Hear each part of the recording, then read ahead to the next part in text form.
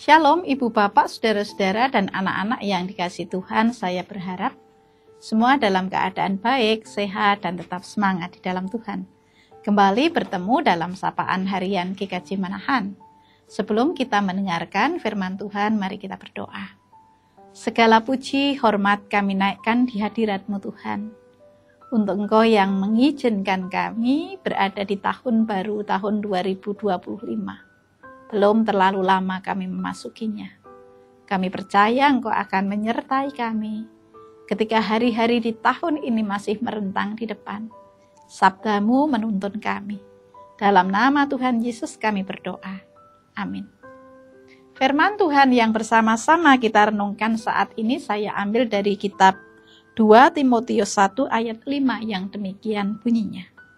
Sebab aku teringat akan imanmu yang tulus ikhlas, yaitu iman yang pertama-tama hidup di dalam nenekmu Lois dan di dalam ibumu Eunike, dan yang aku yakin hidup juga di dalam dirimu. Demikian firman Tuhan. Ibu bapak, saudara-saudara dan anak-anak, dalam hal ini kehidupan kita sehari-hari ada banyak aktivitas yang kita mulai, tetapi ada saatnya kita juga harus mengakhiri. Seseorang mengawali sekolah di PAUD dan akan mengakhiri studinya mungkin di SLTA, mungkin di S1, S2, atau S3. Banyak di antara kita mengawali kerja ketika diterima bekerja dan mengakhiri ketika dia pensiun. Dalam sebuah pertemuan diawali dengan pembukaan dan diakhiri dengan penutupan. Dalam penulisan artikel atau buku tulisan akan diawali dengan pengantar dan diakhiri dengan penutup. Mengawali aktivitas dengan cara yang baik itu penting. Karena kalau kita mengawali dengan baik, proses selanjutnya juga akan lancar, bahkan hasilnya juga akan baik. Sebagai contoh, kalau kita mau bekerja mengawali dengan hati yang gembira, penuh semangat, maka kita juga memiliki energi yang berlimpah untuk berkarya, mengerjakannya penuh dengan semangat, nyaman, dan hasilnya biasanya juga akan optimal.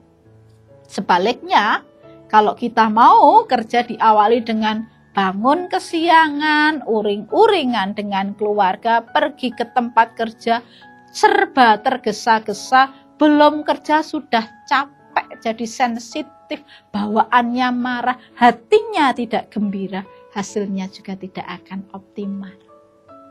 Kalau kita mau ibadah, baik di rumah maupun di gereja, kita itu mengawali dengan hati gembira, menghayati bahwa kita datang kepada Tuhan, kita mempersiapkan batin dan mempersiapkan diri untuk beribadah. Dengan pakaian yang pantas, maka ibadah kita juga akan membawa kegembiraan, kedamaian, pengalaman perjumpaan dengan Tuhan. Sebaliknya kalau diawali dengan persiapan yang serba tergesa-gesa, kita juga akan sulit merasakan pengalaman itu. Sekali lagi, awal yang baik akan menentukan langkah berikutnya. Tingkat keberhasilan atlet ternyata juga sangat ditentukan ketika dia berada di garis start dari kesiapan.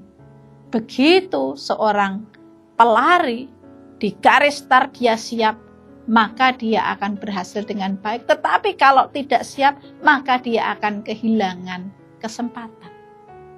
Ibu bapak dan saudara-saudara, kalau kita perhatikan, ini yang juga dialami di dalam kisah kehidupan Timotius yang dinyatakan oleh Paulus. Paulus percaya awal kehidupan Timotius itu luar biasa karena sudah dididik oleh ibunya dan oleh eyangnya di dalam iman.